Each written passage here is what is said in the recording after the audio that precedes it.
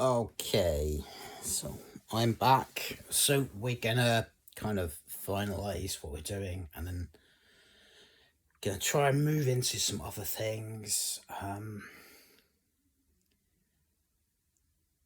So part of what we're gonna do at some point, um, and like this is gonna take like a long time, forever, is to kind of analyze what we said so far and kind of more critically fact check it, like properly fact check it, not just say, oh, um, it's fact checked, we're right, which is what the news organisations do. If you haven't realised, the fact checkers are often the people that write the things they're checking in the first place. So I'll see what they think. So how do we do that? Evidence from external sources. And I do realise, as I've said, I haven't really done that.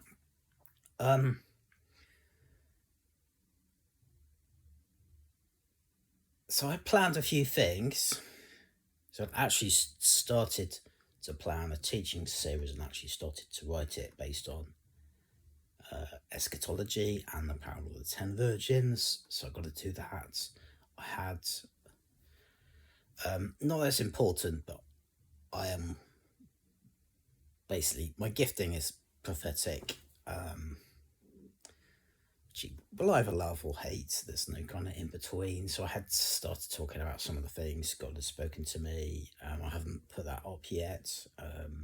That's been done. So lots of things going on in my head. So we're going to do lots of things. So kind of, if you pick this up and you are interested, bear with me. The idea is you can just like drop in and drop out of stuff. And eventually there'll be enough material, wherever it is, enough discussion, hopefully, from the material, that you basically, whatever you want, you'll get. The next thing I should say is we're going to do a overview of what we said regarding the whole Palestinian Israeli conflict, and then we're going to draw back from that and look at the wider picture, actually what we think is going on in the world in the same frame of mind. So I'm well aware so far. So if you've come to this, you might be a Christian, you might believe in God, you might believe in whatever, you might not.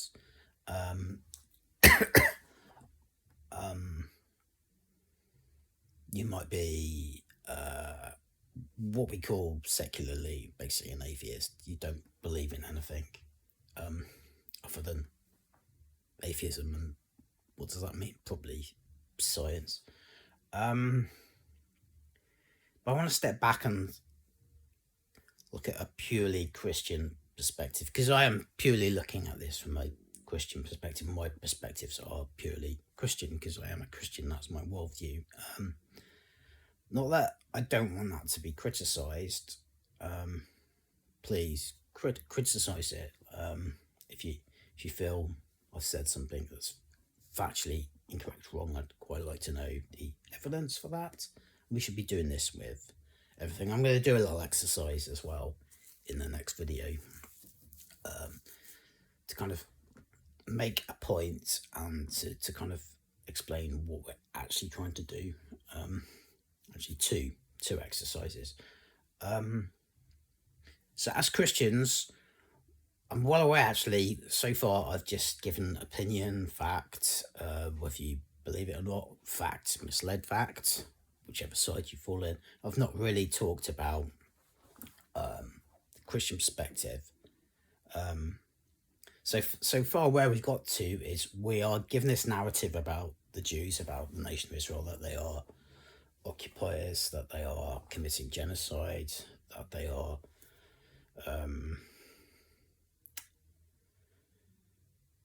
this, that. We could just go on. The point isn't the claims that are made by people who are supporting Palestinians. The point is, well, actually, are any of these claims, do they stand up?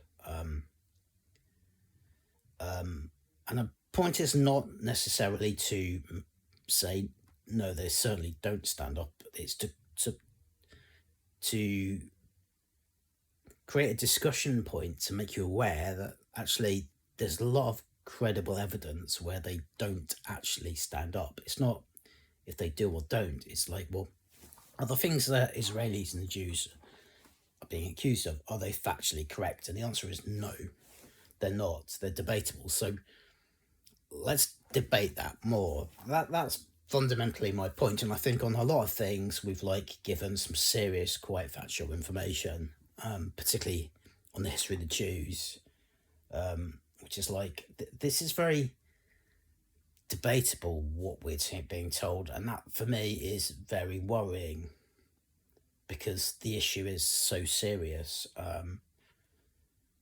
If we build this kind of what is eventually fantasy land built on supposed truth that isn't truth, that is crumbling down, either it's the truths we're told are true have been brought to their knees or they've been chopped off at the root. It's well, clearly if we're using that as facts and we're basing decisions on that, and then there are repercussions to those decisions, those repercussions will be wrong. And they will probably not just be wrong, be evil. So from that basis, we just want to understand. So I think we've got far enough into that to make them questionable. The point isn't we want someone plays something and we want to prove the opposite, because that's a very black and white point of view, and there's lots of grey scales in this. But this is the point. The argument against the Jews, the argument against everything from the same people is very black and white, and actually the truth is it's very, everything they say isn't that black and white, it's at least grey, and if they say it's black it's often white, and if they say it's white it's often grey. If it's not grey it's often black. It's nothing that's been said actually holds up at all in the way it's communicated and said, this is the truth. For instance, God exists. Okay, God exists, he exists. He doesn't kind of exist, he doesn't kind of 99% exist, he 100% exists. So these are absolute truths that we've already proved are pretty debatable to some degree or another, and that's the point. So stepping back into the Christian mindset, the key is, well, we are Christians, we believe in the kingdom of God, we believe in the coming of the kingdom of God, we believe in this, we believe in that.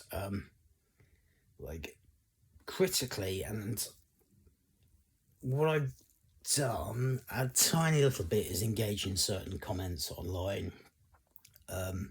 Some of the comments from Christians are quite mental and quite unbiblical. So if we wrap up everything and step back from it, so the point of view, and this is kind of the point of view of what I wanted to do, we also wanted to look at the war in Ukraine as well, which we haven't even begun to, I haven't mentioned the word Ukraine yet, which we will do. So there's a lot of stuff. There's just a fog of confusion. And again, the goal is to take that confusion, to take that ethereal information that is confusing and paralyzes us, and to make it something more concrete and solid. So if I bring the Christian narrative into it, which would be a biblical narrative, there are several things. I shouldn't have done my computer. There are several things we need to bring into the conversation. So one of the crazy conversations is how little Christians know about eschatology, because obviously there's this and that and whatnot, and post and mid and prib and trib and wrath and this and that, and it's just the same fog of confusion. So we step back from that fog of confusion of how we theologically deal with end times teaching, eschatology, which is eschatology, so ology, and eschaton means end times, so eschatology, end times teaching, same thing. Again, we just wrap simple phrases up in complex phrases that don't mean anything more than the simple phrases. It's just what we do. The point is, both things mean the same. So, what I fundamentally understand, if we ditch all that fog of eschatology, fog of theology, is like there are certain things in the Bible in relation to what's going to happen at the end, which are mentioned continuously. So one is Israel, one is Jesus' second coming. That's and again, some of the things, like one guy tried to say everything's been fulfilled. It's like there's probably about 200 at least, maybe 300 verses in the Bible that touch on end times. 200 of those, at least solidly, they were about the end times. Have every single one of those been fulfilled? Clearly not. So how can you say it's all been done and dusted? Because the point I make to them is, well, why are we still here? What's the second coming about? What are we waiting for would be my deeper question, which is a simple question. What are we waiting for if a thing has been done and dusted? Because it's been done and dusted. There's nothing to wait for. So why are we hanging around doing what? What are we doing? Why are we here? And if I asked him that and he actually deliberated on that, he couldn't answer that question, which answers my point. Is like, you don't actually understand anything to do with what the Bible actually says. So if we take that as given, it's about Jesus, it's about Israel, well, surely we should find out the details surrounding Jesus coming back again and why we even believe he's coming back in the first place. And if it's all about Israel, well, what does it say? I mean, it's just mental, some of the stuff. So I want to say a few things before I forget. So I'm going to read you, I think it's Psalm 38, yeah, which is just mental. If you go, okay, what does this mean? It's like, well, that's pretty heavy given what we're talking about. So there is this, I watched this YouTube video, which I'm going to link to below, of this dude, and it's like, he's coming out from a secular perspective, but he's got it absolutely right. And you go, okay, this is cool. Why don't people talk like that? Why don't other people understand that? Why can't people step back from the arguments and actually look at it and go, that would be my analysis? Because his analysis is basically my analysis. Now, the big difference between me and him, and I would encourage you to watch the whole video. It's over an hour long, so it's a lot of analysis, but bang, he's got pretty much everything to a T secularly. He doesn't believe in the kind of the background of the Jews, but he believes in a Jewish people, and he believes that. So what I'm saying is the kind of theological aspect of it is missing. He doesn't believe that, but secular, he's got it down to T. Well, who is he? He's an Indian. He's not a Westerner. How can that Indian dude get the whole thing right, and we Westerners are still really, really stuck? And it's very black and white, so I would encourage you to listen to it. There's also a guy called Kim Clement who died in, I think it's 2016. And probably in terms of predictive prophecy, is the most prominent prophet in this century so far. Prophesied a lot about certain things. And I'm going to link to a video of his where he talks about various things. But in one of his things he says, he mentions the nations. He mentions the people groups / nations. Iran, Russia, Hamas. What is pretty much the wider context of everything we're talking about? Iran, Russia, Hamas. This is a thing he did back in 2014. So I'd encourage you to watch that, and I'll try and link and describe where the actual important bits are. But he said a whole bunch of things. He said a whole bunch of things about Putin. I think the mistake we make with prophecy, which I want you to stop making, is to get carried away and make it black and white, because things are never that black and white. So someone stands up and makes a prophecy about, say, Putin. So there were certain things said about Putin. They are correct, but everything Putin does is evil. Not everything done against Russia and against Putin, therefore, is good. Some of it's actually pure evil. And we're going to dive into that that particular issue. So Psalm 83, which isn't eschatological in any way, or we would think. So basically, I'm reading from an interlinear, which is the Hebrew and the English. So I will try and phrase it. So why am I doing that? Because I get to the roots of the Hebrew, not to the translation. But some of the words are mixed up. So in Hebrew, the verb comes before the noun. So in the beginning, God, it says in the beginning. Sorry, in the beginning, God created. In the English is in the beginning, created God. I go, oh, that's created God. But like the verb comes before the noun. So you have to swap back into it. English context. So bear that in mind. You'd have to swap the noun with the verb. I'll try and do it if I can figure it out. So it says, God, not silent. Basically, God, do not keep your silence. So God, do not be silent. Do not hold your peace, and not do be still, God. So basically, God, don't do three things. Don't be silent, don't hold peace, don't be still.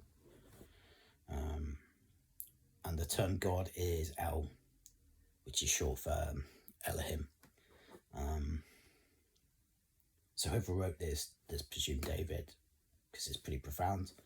But whoever wrote this doesn't really matter. It's like he's using the abbreviated name for God. Verse 2, for behold, your enemies make a tumult, and those who hate you and have lifted up their head against your people have taken crafty counsel and consulted together against your sheltered ones. So if I were to describe what I see on the streets in one word, the protest, tumult would be the best description I can think of. So it's ironic. So tumult, for behold, your enemies make a tumult. Those who hate you, hate God, have lifted up their head. Head is an important construct in Hebrew because it doesn't mean what we think it means. It means they have started something. So the word head in Hebrew is rosh. So in the beginning would be one word in Hebrew because it has a prefix and a suffix. So it's bereshit. So it uses the same root word rosh. So head can mean beginning. Go look up where rosh is mentioned. Some pretty significant places just in Genesis. So they've lifted up their head. Verse 3, against your people they have taken crafty counsel and consulted together against your sheltered ones. So this sheltered ones, the idea of people being attacked, that's already been stated as being his people. I think, or it will be. We can presume that. So some people have got together and consulted together, made a council, a crafty council, it says. So crafty means kind of witchcraft. What is the root word meaning? To be subtle, be shrewd, be crafty, beware, take crafty counsel, to be prudent, and consulted together. That would be all the nations that were mentioned in the prophecy by King Clement. I should also mention on King Clement, which I should have said before and I forgot, is that he pretty much prophesied 80% at least of what's been going on politically, geopolitically around the world for the last 10, 15 years, maybe longer. So pretty important prophecies. And he was right in some quite fine detail. There are a few left to come, which will absolutely shock you. There's no point talking about that now. Anyway, we kind of got off the track. So against your people, they have taken crafty counsel and consulted together against your sheltered ones. Let's presume that's Israel, because that's what the crafty people have come against. They said, come, let us cut them off from being a nation. So the sheltered ones are a nation. And no, and not that the nation that they're coming against, that they may be remembered. So they want to wipe them out, basically. These crafty people that have come together want to take down a nation, not just take out the nation, they want to make it so that they're not remembered. That's a very ancient way of dealing with cultures that you wanted to oppress. You basically just genocide them and you wipe them out of history, and the Romans done that. The Romans did that to Romans as well. Some Caesars are trying to beat an old from history. It's a very old thing. Not a new verse, but a new sentence. There were no sentences in the middle. So the nation of Israel, we presume, is to be wiped out. That's what's the message, isn't it? To wipe out the Jews. Then may be remembered, that they may not be remembered, and the name of Israel. So there you go. More. So that's kind of funny. So it's the name of Israel that shan't be remembered anymore. For they have consulted together with consent, which is a funny term, but very Hebraic, one against you, so that they're coming actually against God. A confederacy they form, and that's really important because it mentions particular people who actually existed, and particularly nations that existed and still do exist. The tents of Edom and the Ishmaelites, Moab and the Hagarites. So what's a Hagarite and what's an Ishmaelite? Well, a Hagarite is someone who comes from the line of Hagar, which is Ishmael. So there's two ways of saying the same things. Ishmael's Hagar's son. So who are they? The Arabs, the Palestinians. Gebal and Ammon and Amalek with Philistia. They're the Philistines. The Paliset here is the transliteration in the English or Western. So we talked about the PH going to a P. So in the Semitic languages, Paliset would be. So it mentions so these people that are being wiped out by the Israelis are called Palestines. Palestine comes from Philistine. They're named here, with the inhabitants of Tyre. Where is Tyre? Lebanon. So already you've got all the major players already named, except for Iran. Also Assyria. Assyria is Syria, modern day Syria, has joined with them. They have helped the sons of Lot, Selah. That's kind of a worship term so kind of modern day talk. Selah would be something we'd expect to hear in a modern day song or a hymn. Deal with them as with Midian, as with Sisera, as with Jabin. These are real people.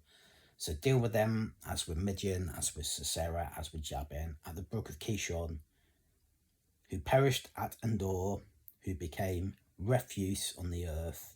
Make their nobles like Oreb and like Zeb, and yes, like Sabar and Zamunah, all their princes. So basically what we're going to do, if we understand that, is go check all the people. We've already said a lot of the people groups involved in this are mentioned, and others that are not mentioned. The only one that isn't mentioned is Iran, and kind of you can sort of say, well, actually, they've not done anything yet, as in attack Israel. And then a whole bunch of people. So go out, find out who they are, find out those names, and then find out the historical context of why they're mentioned. So this at the brook of Kishon is really important because it's a place in Israel. Guess where it is? Just above the Gaza Strip. Find out what happens at the brook of Kishon. So loads of stuff. Who perished at Endor. So brook of Kishon, Endor, really critical to what we're talking about. Endor, what's that? What does that mean? Again, sort of lots of things we can prophetically draw out of this if we understand the context and the cultural context correctly. Endor was where, for example, lots of things happened. So Saul took the counsel of the witch at Endor. What would that mean in this context? Well, pretty serious. So, like, that isn't obviously what we call eschatological in nature, but appears to be strangely correct. And this was the psalm that I don't know, I can't remember what context, but I'm pretty sure that Kim Clement mentioned. So another thing. Okay. So overall, what are we saying? Well, we're trying to draw some Christian truth into. So, like, go back to what I said at the start of this. It's like, well, what is end times? What is the teaching in the Bible about this? It's about Jesus coming back again, and there's a lot of stuff about Israel. So let's look at stuff about Israel. So what we find is there are at least 3 or 4 wars, okay, which will be fought against the nation of Israel that are prophesied. Now, if we try and figure out what those wars are and work out if it's prophecy fulfilled or prophecy to happen, it's prophecy to happen because of the nature of what they say. Now, in one of these wars, things don't end up good for the nation of Israel. They end up evicted from their land. So forget everything we said. Let's just believe, because we're Christians, that's going to happen. At some point, there's going to be a war and Israel are going to be evicted from their land. So our point of view is, what is God trying to say to us through that? Why is it in his word? Why is it in the scripture? What is the context of that happening? How can that happen? All the questions you can think. Like I've said before, questions sometimes are far more important than answers. So ask all sorts of context of all sorts of questions. So there will be a war which has the nature of something like this war, where the enemies of Israel will win and evict them. So we got to be really careful how we think and what we say from what we think, because what is being said against Israel in terms of genocide, and they are just occupiers and they just want to evict the Palestinians from the land, will in the future, in one of these wars, happen to them. And then the whole world will wake up and understand exactly what is going on in the world and who's right, who's wrong. So who's right and who's wrong from the biblical perspective? The Jewish narrative is righter than the Palestinian narrative. And we go back to the point of what we named this original video in the series of videos, like the higher ground